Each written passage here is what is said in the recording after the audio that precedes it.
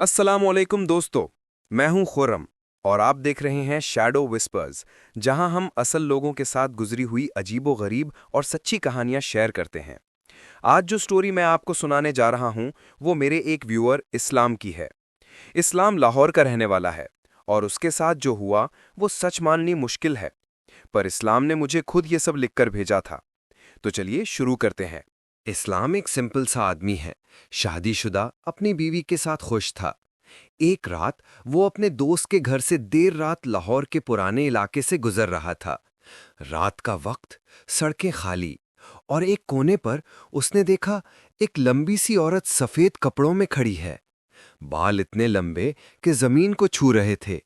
इस्लाम ने पहले लगा कि शायद कोई औरत रास्ते में खड़ी है, लेकिन जैसे उसने देखा, वो मुस्कुराई और हवा में गायब हो गई।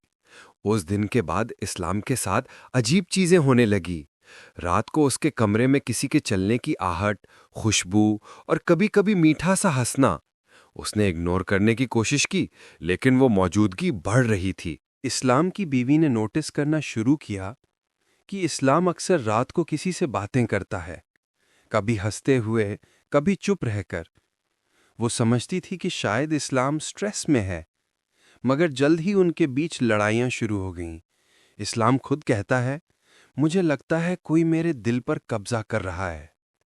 फिर वो दिन आया जब उनकी पहली तलाक हो गई। बीवी चली गई, इस्लाम उदास रहा, मगर उस रात एक मीठी सी आवाज उसके कान के पास आई, मैं हूं ना, तुम्हें कभी अकेला नहीं होने दूंगी। इस्लाम ने कुछ दिन बाद दोबारा शादी कर ली।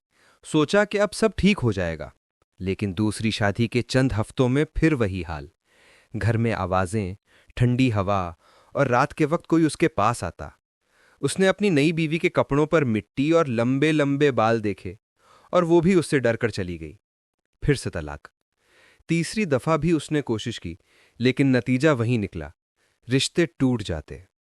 इस्लाम के कहने के मुताबिक उस भूतनी ने उससे कहा था, मैं सिर्फ तेरा साया नहीं, तेरा हिस्सा हूं।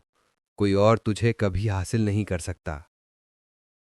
आज भी इस्लाम अकेला रहता है, किसी से मिलने से घबराता है। रात के वक्त वो कहता है कि उसकी रोशनी जब भी झिलमिलाती है, वो मुस्कुराहट उसे नजर आती है। क्या ये सच में भूतनी थी या इस्लाम के जहन का एक वहम? ये तो सिर्फ अल्लाह जानता है।